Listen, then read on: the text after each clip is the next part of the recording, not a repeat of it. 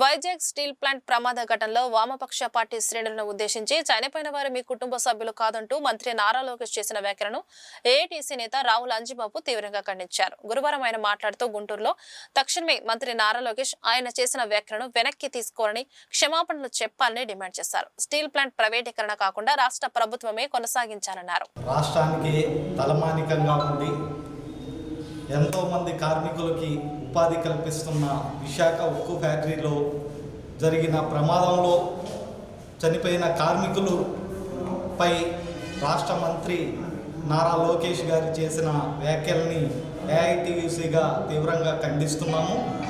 మీ ఇంట్లో సభ్యులు కాదు కదా చనిపోయింది అనే తట్టు ఒక రాష్ట్ర మంత్రి మాట్లాడటం చాలా హేమమైన చర్యగా వర్ణిస్తున్నాం. దీన్ని వెంటనే ఉపసంహరించుకోవాలి.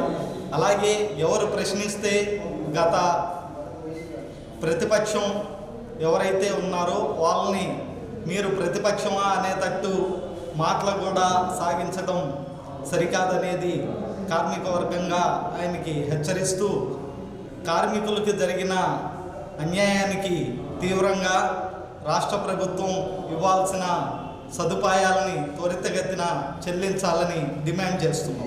కార్మికులు తీసేసిన దాన్ని ప్రైవేటీకరణ చేసిన దాన్ని మేమే ప్రైవేటీకరణ అడ్డుకున్నామనేది దేశంలో ఎన్డీఏ ప్రభుత్వంతో జతకట్టిన కూటమి ప్రభుత్వం స్టీల్ ఫ్యాక్టరీని మేమే కాపాడుతున్నామని చెప్పడం చాలా దుర్మార్గం.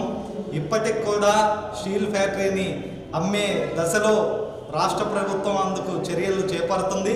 దానికి సంబంధించిన ముడి సరుకు కానీ ఎటువంటి ప్రయోజనాలు చేకూర్చకుండా దాన్ని వ్యతిరేకిస్తూ మేమే కాపాడుతున్నాం అని చెప్పడం ప్రజల్ని మభ్యపెట్టడం లాంటిది.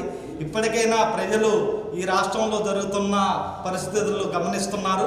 దాన్ని గమనించి ఇప్పటికీ స్టీల్ ప్లాంట్ని రాష్ట్ర ప్రభుత్వం ఆధ్వర్యంలో నడిచే విధంగా, దానికి సంబంధించిన ముడి సరుకుని త్వరితగతిన అందించే విధంగా, అక్కడ ఉన్న కార్మికుల్ని తొలగించకుండా ఎంతమంది అయితే ఉన్నారో వాళ్ళందరికీ పని కల్పించే విధంగా చర్యలు తీసుకోవాలని కోరుతున్నాం.